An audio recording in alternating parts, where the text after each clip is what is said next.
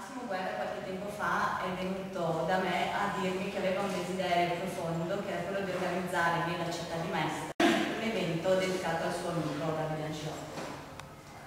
E non voleva che fosse, diciamo, una cosa come un'altra, che il suo ricordo di Davide era un ricordo speciale e questo doveva essere il segno, la cifra di questa manifestazione. È venuto naturale quindi fare un'analisi della carriera cestistica di Davide, che ha evidenziato immediatamente l'importanza in particolare di 4 città, Mestre, Caserta, Pistoia e Roma, come tappe principali.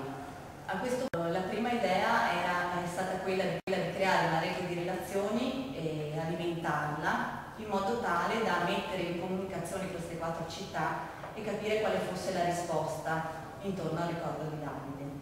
E la risposta è stata eccezionale. Quando Massimo, io lo ricordo sempre, lo ricorderò sempre, mi ha detto una frase profonda, mi ha detto: se il ricordo sbiadisce mi fa male.